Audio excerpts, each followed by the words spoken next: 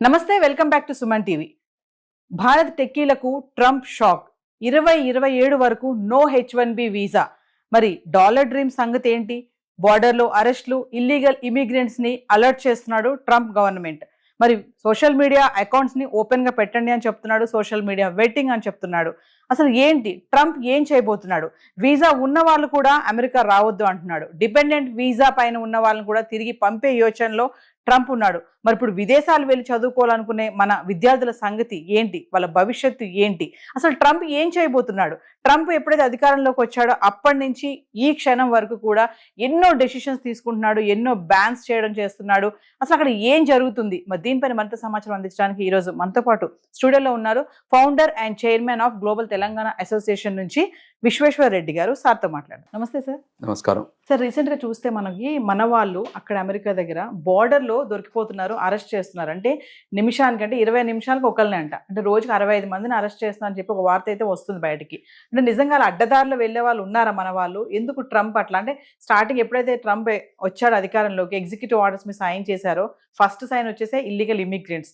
అంటే illegal immigrants అందరినీ కూడా ఏరి పారేయాలనే ఒక ఆలోచన మీదే ఇట్లా అరెస్ట్ చేయడం అనేది జరుగుతుందా? అంటే హోల్ ప్రాసెస్ ఎక్స్ప్లెయిన్ చేశాను.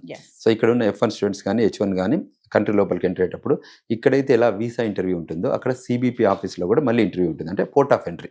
అది వాషింగ్టన్ DC కానీ షికాగో కానీ అట్లాంటి కానీ ఏదైనా సిబిపి పోస్టులు అంటారు వాటిని, కస్టమ్స్ అండ్ బార్డర్ ప్రొటెక్షన్ పోస్టులు, which is our port of entry. So ఇప్పుడు వాషింగ్టన్ DC ఎగ్జాంపుల్ తీసుకుందాం అనుకోండి. అక్కడికి వచ్చాక వాళ్ళకి సెకండరీ ఇంటర్వ్యూ ఉంటుంది. అంటే ప్రైమరీ ఇంటర్వ్యూలు ఏమంటారు, మీరు ఎందుకు వస్తున్నారు, ఏంటి పర్పస్ ఏంటి అని అడుగుతారు. సో నేను ఇక్కడ చదువుకోవడానికి వస్తున్నాను, F1 స్టూడెంట్గా అన్నాను. సో అక్కడ ప్రైమరీ ఫస్ట్ టైం వస్తున్నప్పుడు పెద్ద మేజర్ ఇన్వెస్టిగేషన్ ఉండదు.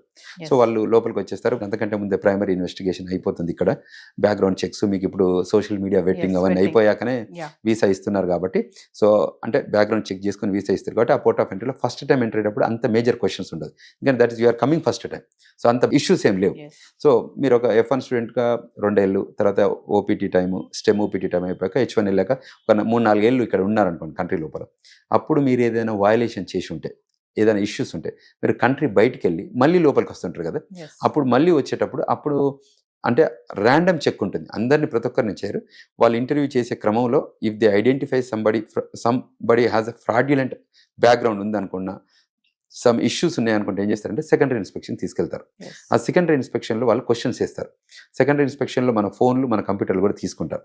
తీసుకొని ఆ ఇన్స్పెక్షన్లో చెక్ చేసి ఒకవేళ ఇఫ్ దేర్ ఇస్ వయలేషన్స్ ఉంటే, ఏమన్నా ఎర్రర్స్ ఉంటే, ఆ స్టేటస్లో ఎర్రర్స్ ఉంటే, ఓవర్ స్టే ఉంటే, అంటే టైప్స్ ఆఫ్ అంటే misuse of their immigration acts ఏదైనా ఉంటే అప్పుడు ఏం చేస్తారు, వాళ్ళకి ఇంటర్వ్యూలో వాళ్ళని ఐడెంటిఫై చేస్తారు, మనతో ఒప్పించుకుంటారు. అంటే నేను మిస్టేక్ చేశాను అన్న టైపు ఆ ఇంటర్వ్యూ ఉంటుంది. అట్లా నిజంగా చేస్తేనే, అంటే ఎవరు పడితే తెలిచారు, మిస్టేక్ చేసిన వాళ్ళని మాత్రం డిపోర్టేషన్ చేస్తారు. అందులో భాగంగానే వెనకకు పంపిస్తున్నారు. అది సిబిపి దగ్గర నుంచి జరుగుతుంది. సమ్ టైమ్స్ డ్రైవ్లో వచ్చినా, ఇది వచ్చినా, లేకపోతే లోకల్లో ఐడెంటిఫై అయితే, అంటే కంట్రీ లోపల సిబిపి ఆఫీసర్స్ ఇప్పుడు ice department, immigration custom enforcement departments కూడా సైట్ ఆడిట్స్కి వస్తున్నాయి.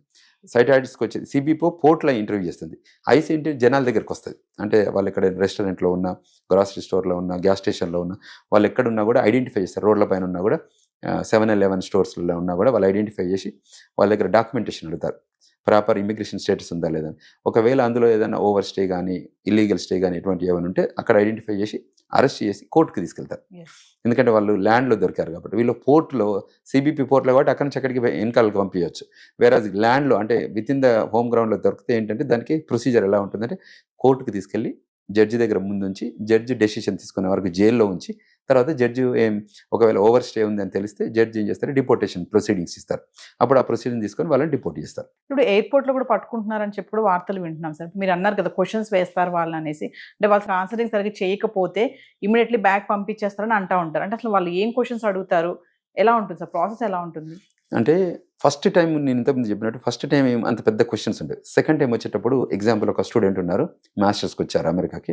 అమెరికాలో అనాథరైజ్డ్ వర్క్ చేశారు. ఏదో అంటే ఆథరైజ్డ్ వర్క్ అంటే విత్ ఇన్ ద క్యాంపస్లో Yes. చేయడం, తర్వాత లైబ్రరీలో కానీ ఆన్ క్యాంపస్ జాబ్స్ అంటారు. ఇది యూనివర్సిటీ అప్రూవల్తో చేస్తాం, విచ్ ఈజ్ యూఎస్సిఎస్ అప్రూవ్ చేస్తుంది. సో అందులో ఆ ఫ్రేమ్వర్క్లో పనిచేస్తే ఏమి ఇబ్బంది లేదు.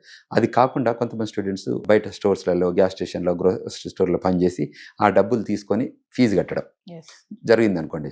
సో అది అప్పుడు చేయొచ్చు. కానీ ఎప్పుడైతే వీళ్ళు పోర్ట్ ఆఫ్ ఎంట్రీలో ఇండియాకి వెళ్ళి మళ్ళీ లోపలికి వస్తుంటే అప్పుడు ఏం చేస్తారు, ర్యాండమ్గా చెక్ చేస్తారు. ఎగ్జాంపుల్ పర్సన్ ఐడెంటిఫై చేసి పక్కకు సెకండరీ ఇన్స్పెక్షన్ తీసుకెళ్తారు. అప్పుడు తీసుకెళ్ళి అడుగుతారు, క్వశ్చన్స్ ఏమని అడుగుతారంటే, స్టూడెంట్ వీసా మీద వచ్చారు కదా మీరు, స్టూడెంట్ వీసా మీద ఏమైనా వయలేషన్ చేశారా అంటే యూజువల్ స్టూడెంట్స్ ఏం చెప్తారు, మేమేం చేయలేదని చెప్తారు. సో వాళ్ళ దగ్గర ఫోన్ ఉన్న కంప్యూటర్ తీసుకుంటారు కదా, సో అందులో బ్యాక్గ్రౌండ్ చెక్లో కానీ ఈ డిజిటల్ ఏజ్లో కానీ ఇదంతా ట్రాక్ చేస్తుంటుంది. Yes. సో వాళ్ళు యూనివర్సిటీ ఇక్కడ ఉండి మన రెసిడెన్స్ ఇక్కడ ఉంటే యూనివర్సిటీకి రెసిడెన్స్ మధ్యన మన ట్రావెల్ ఉండాలి. అది కాకుండా షికాగోలో యూనివర్సిటీ ఉంటే మనం వాషింగ్టన్ డీసీలో పనిచేస్తున్నాం అనుకోండి, ఫుల్ టైం జాబ్ చేసుకుంటూ పార్ట్ టైం చదువుకుంటున్నాం అనుకోండి, మనకి ఈజీగా ఐడెంటిఫై అవుతుంది. ఇది ఫోన్ ట్రాక్ చేస్తుంది. Yes. తర్వాత మన communication, call, everything they will easily identify because of this new era of digital age. Yes. So అందులో క్వశ్చన్ అడిగితే మనల్ని కూడా దే విల్ హైడ్, చెప్పడానికి ఇష్టపడరు కదా, అప్పుడు నో అన్నాను. కాకపోతే ఎవిడెన్స్ ఉంది కాబట్టి ఇది ఎవిడెన్స్ ప్రజెంట్ చేస్తారు. So actually you are suppose to work on campus, you are suppose to study in university, but అది కాకుండా మీరు you are working in some XYZ places, అది violation of immigration nationality act అని చెప్తారు. So అప్పుడు they have to accept it. Yes. So అంటే you violated. మీరు ఏదైతే కంట్రీ నుంచి అంటే ఇండియా నుంచి అమెరికా వచ్చే ముందు వీసా ఇంటర్వ్యూలో ఏం చెప్పారంటే, నేను వెళ్ళి చదువు కంప్లీట్ చేసుకొని మళ్ళీ ఇండియా వస్తాను, ఆ కాన్ఫిడెన్స్తోనే you are not a potential immigrant అని చూపెట్టడం ద్వారానే మళ్ళీ మీకు అంటే F1 వీసా ఇష్యూ చేశాం కదా, Yes. మరి అది you violated my F1 visa rules కాబట్టి so you are eligible to deport అని చెప్తారు. Yes. You have to agree because you violated. Violate. You are not suppose to work outside the university. Unauthorized work కింద వస్తుంది. Unauthorised work చేస్తామని మనం promise చేసి తీసుకోవాలి కదా వీసా, Mm. సో అక్కడ గ్యాప్ వచ్చింది. సో ఆ ఏరియాని తీసుకొని వాళ్ళు డిపోర్ట్ చేయడానికి ఆస్కారం ఉంది. సో అది కూడా కన్వర్జేషనల్ ఓన్లీ, అంటే కొట్టడం కానీ హింసించడం కానీ అటువంటి ఏముండదు. It's good dialogue.